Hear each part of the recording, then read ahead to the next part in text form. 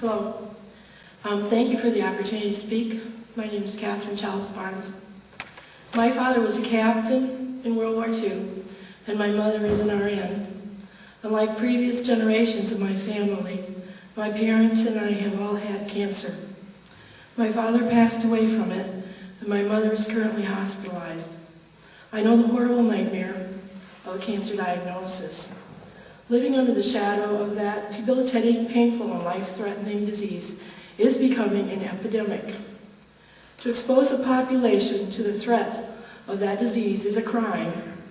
Dr. Sternglass, who is doing a large project to analyze radioactive elements stored in baby teeth, is convinced that more than any other factor, radiation is the cause of the cancer epidemic. Main radiation factors include fallout and nuclear reactor emissions.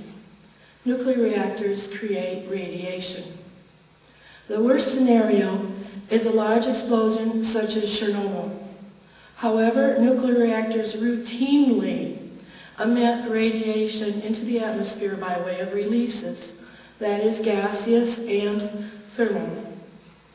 Since, like pesticides, radiation is bioaccumulative and enviroaccumulative, there is no safe measure for repeated emissions and exposures. Like pesticides, radiation is carcinogenic and mutagenic.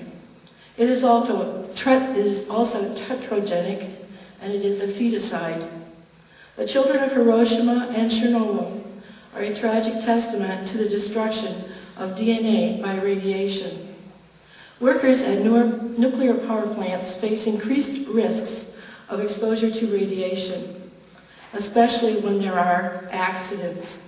Recent accidents have been the collapse of a road in Covert. A car fell through the road, broke cables, then washed downstream in the flooded Brandywine Creek. And Brittle Palisades was left without communications while Verizon workers tried to sift through the ice, mud, and water to fix the severed cables. At D.C. Cook, a rotor blade spun off, spilling fuel and causing a fire. Firemen spent hours trying to stop the blaze. That facility is shut down, and over 300 engineers are reportedly working on the problem. In Vermont, a cooling tower collapsed. The list of nuclear reactor problems is endless. Internal sabotage may be another issue.